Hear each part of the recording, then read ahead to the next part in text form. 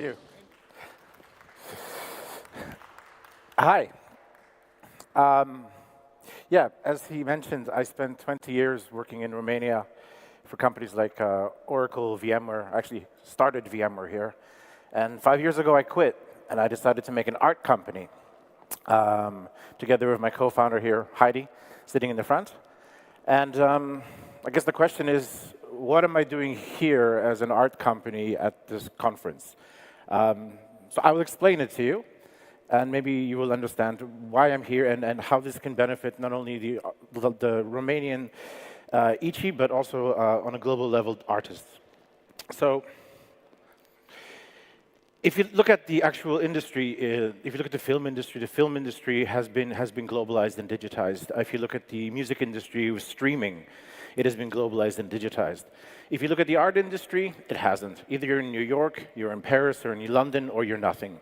If you're in Africa, or if you're in Poland, where I come from, it's difficult for you as an artist to get your foothold. It's difficult for you to have a democratized art environment, and it's difficult for you to be seen. And what we want to do is we want to help artists to be seen. And why? 70% of art in galleries is in storage.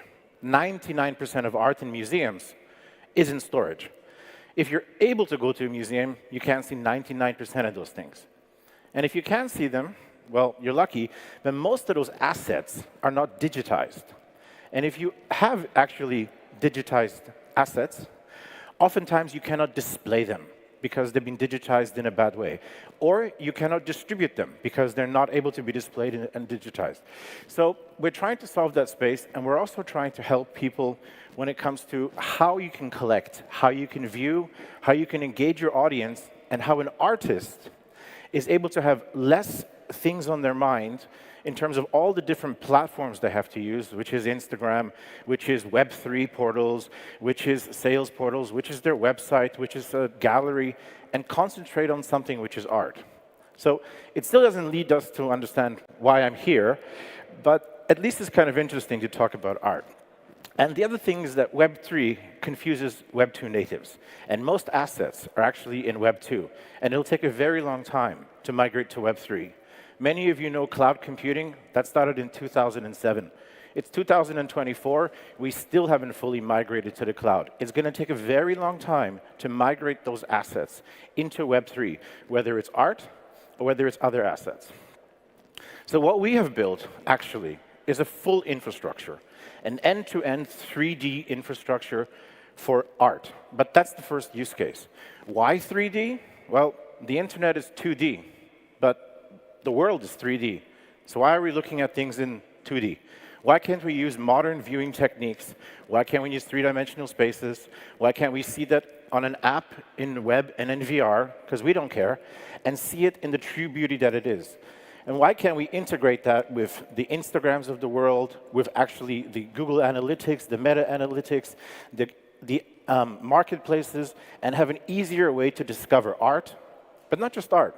My customers are brands, my customers are museums, and as of now, my customers are also governments, because there's a lot of use cases to be able to view something in a beautiful and proper way and also preserve it. So what do we give to our customers? We give them beautiful display, that's for sure. We give them their own marketplaces, or we give them ours. Everything is fully self-managed. And if you're an artist, it's free. We don't charge anything for an artist. You can use us. We're a completely democratized platform. And you can talk to people. You can have sales tools. You can mint if you want to. Basically, we provide a full infrastructure, which is then also self-managed, and it can be on your website. Why is that interesting? Because in the end, we provide a 3D store. And whether your store is a museum, or whether your store is your own space, or whether it's a brand, you should be able to manage who visits you virtually on a global level.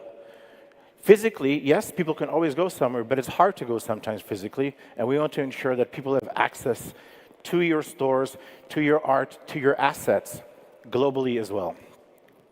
So what are we doing with our friends here at Ichi? I think Ciprian said it very well. I think this is an amazing project. It is fundamentally extremely intelligent. It's about preservation of Romanian culture. It's about education. It's about discussing blockchain and how it can help. It's about talking about a subject which is going to take a very long time to get its use cases, but it's extremely smart. I have a global company in the European Union. This is the first such initiative that I've really seen. So I really give a big hats off to the ANASAEA community, and we are happy to support. We also build 3D spaces. We build things like this. We can do it one-to-one.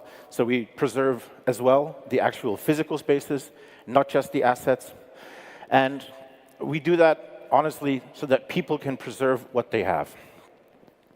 Why would you want to do this?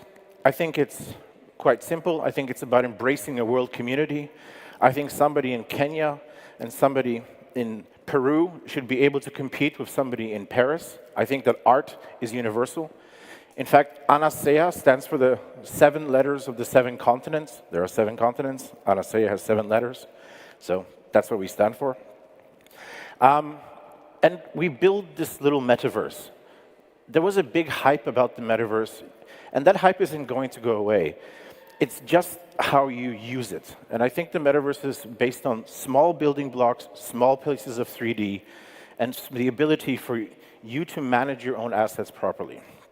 How's it going? It was a huge success. The first year, we have over 10,000 artists. We have hundreds of artists registering a day. We have governments, we have brands, we have institutions, and we continue to grow. We're a small company, so I'm also talking about my small company because we're only a year old, and I don't get a chance to be in Romania on a stage like this very often, so thank you for listening to me. We're actually having also the ability to communicate. So if you go into any 3D space, and you can try it over there, you can talk to people. So instead of using Teams or Zoom, which is boring, you can actually talk to people and talk about art, have a vernissage, have a gallery opening, have a digital opening hours and invite people. They don't have to fly, they can just go there. Yeah, that's a little bit about us. We're all from corporate IT. I'm from many things. Our investor is the founder of Veeam. Heidi is a designer. We have an AI-based approach. And I have exactly 17 seconds too much on the clock, so I'm sorry for being too long, but have a wonderful day and come see it over there. Thank you.